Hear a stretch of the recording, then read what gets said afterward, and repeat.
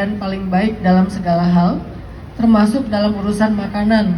Maka 5 perilaku Nabi tentang urusan makanan tadi coba kita jadikan sebagai new habit kita.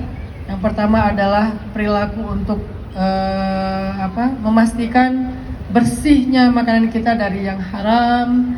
Kemudian perilaku untuk selalu mengajak orang lain makan bareng, jangan makan sendiri. Kemudian perilaku untuk makannya itu sepertiga dari porsi biasanya, atau mungkin dikurangin dulu, jangan sepertiga, dikurangin 10% deh. Jadi dari yang tadinya kenyang banget berkurang sedikit, pelan-pelan sampai idealnya itu sepertiga, idealnya sekian. Nanti ada perilaku lain adalah masalah waste management, jangan menyisakan sampah, jangan mubazir. Dan yang terakhir adalah perilaku, saya lupa tadi ternyata poin yang terakhirnya adalah doa.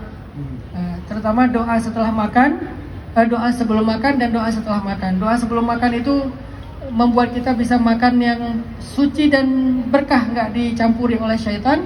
Doa setelah makan justru membuat kita diampunkan dosa. Karena kata Nabi, siapa yang setelah makan membaca doa Alhamdulillahilladzi at'amani hadza wa saqani min ghairi haulin minni wala quwwah, maka Allah akan mengampuni seluruh dosa-dosanya. Jadi baca doa aja bisa makan aja bisa diampuni dosa gitu kalau kita baca doa tadi gitu. Tapi ya itu harus jadi new habit sih.